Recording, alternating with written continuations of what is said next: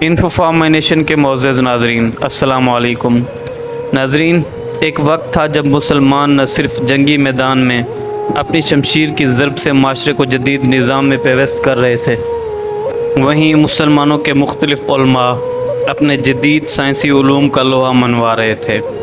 جدید سائنسی علوم میں ماہر مسلمانوں کے علماء نے دنیا کو کئی راستوں سے متعارف کروایا، خواہ وہ ریاضیات ہو، علم فلکیات ہو، طب ہو، فلسفہ ہو یا پھر کیمیائی میدان ہو۔ ہر میدان میں مسلمانوں کے علوم کا ڈنکا بجتا تھا۔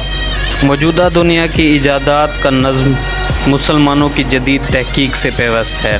مسلمانوں میں ذہنی وسعت نہ ہوتی تو شاید آج دنیا اتنی جدید نہ ہوتی، لیکن بدقسمتی سے آج مسلمانوں کا زوال ان کی انا، حسرت اور لالچ کی وجہ سے ہے۔ نہیں تو ہم مسلمان وہ ہیں جنہوں نے دنیا کو جدید معاشرے میں ڈھالنے کا کردار ادا کیا۔ یہ المیہ مسلمانوں کے لیے لمحہ فکر ہے۔ ناظرین، البیرونی کو تو آپ جانتے ہی ہوں گے۔ ان کا پورا نام ابو ریحان محمد بن احمد البیرونی تھا، جنہیں انگریزی میں البیرونی کے نام سے جانا جاتا ہے۔ ایک ایرانی عالم اور کثیر الثانی تھے۔ ان کا تعلق خوارزم سے تھا، ایک ایسا خطہ جو جدید دور کے مغربی اور شمالی ترکمانستان کو گھیرے ہوئے ہے۔ البیرونی کو قرون وسطی کے اسلامی دور کے سب سے بڑے اسکالر میں شمار کیا جاتا ہے، اور وہ فزکس، ریاضی، فلکیات اور قدرتی علوم پر عبور رکھتے تھے۔ وہ خود کو ایک مورخ، تاریخ دان اور ماہر لسانیات کے طور پر بھی ممتاز کرتے تھے۔ انہوں نے سائنس کے تقریباً تمام شعبوں کا مطالعہ کیا اور انہیں ان کی سخت تحقیق اور محنت کا معاوضہ بھی ملا۔ رائلٹی اور معاشرے کے طاقتور افراد نے البیرونی کو تلاش کرنے کے لیے تحقیق اور مطالعہ کرنے کے لیے کچھ نتائج سے پردہ اٹھایا۔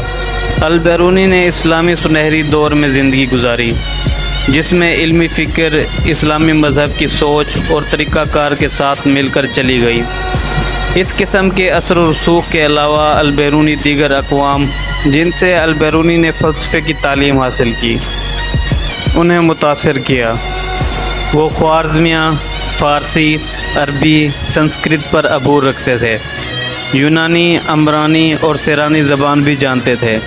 انہوں نے اپنی زندگی کا ایک بڑا حصہ جدید دور کے افغانستان میں غزنی میں گزارا، جو غزنوید خاندان کا دارالحکومت تھا۔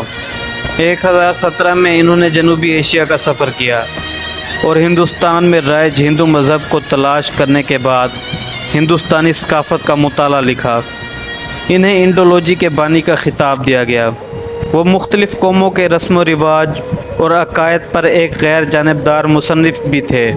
11ویں صدی کے اوائل کے ہندوستان کے بارے میں ان کے قابل ذکر وضاحت کے لیے انہیں استاد کا خطاب دیا گیا۔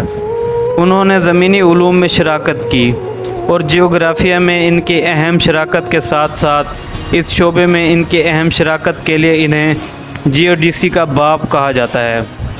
146 کتابوں میں سے 95 کتابیں جن کے بارے میں جانا جاتا ہے کہ یہ بیرونی نے لکھی ہیں، وہ فلکیات ریاضی اور ریاضی کے جیوگرافیہ جیسے متعلقہ مضامین کے لیے وقف تھیں۔ اس کے مذہب نے فلکیات کے بارے میں ان کی تحقیق میں تعاون کیا، جیسا کہ اسلام میں عبادت اور نماز کے لیے مقدس مقامات کی درست سمتوں کو جاننے کی ضرورت ہوتی ہے، جو صرف فلکیاتی اعداد و شمار کے استعمال سے ہی درست طریقے سے تلاش کیے جا سکتے ہیں۔ علم نجوم پر بیرونی کا بڑا کام بنیادی طور پر ایک فلکیاتی اور ریاضیاتی متن ہے۔ صرف آخری باب علم نجوم کی پیشن گوئی کے متعلق ہے۔ ان کے علم نجوم کی توثیق محدود ہے۔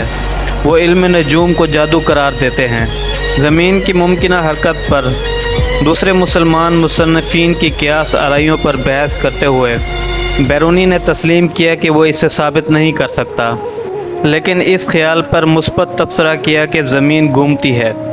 البیرونی کی زیادہ تر تخلیقات عربی میں ہیں، حالانکہ انہوں نے اپنی ایک شاہکار کتاب میں سے ایک کتاب التفہیم بظاہر فارسی اور عربی دونوں زبانوں میں لکھی تھی، جس میں دونوں زبانوں پر ان کی مہارت ظاہر ہوتی ہے۔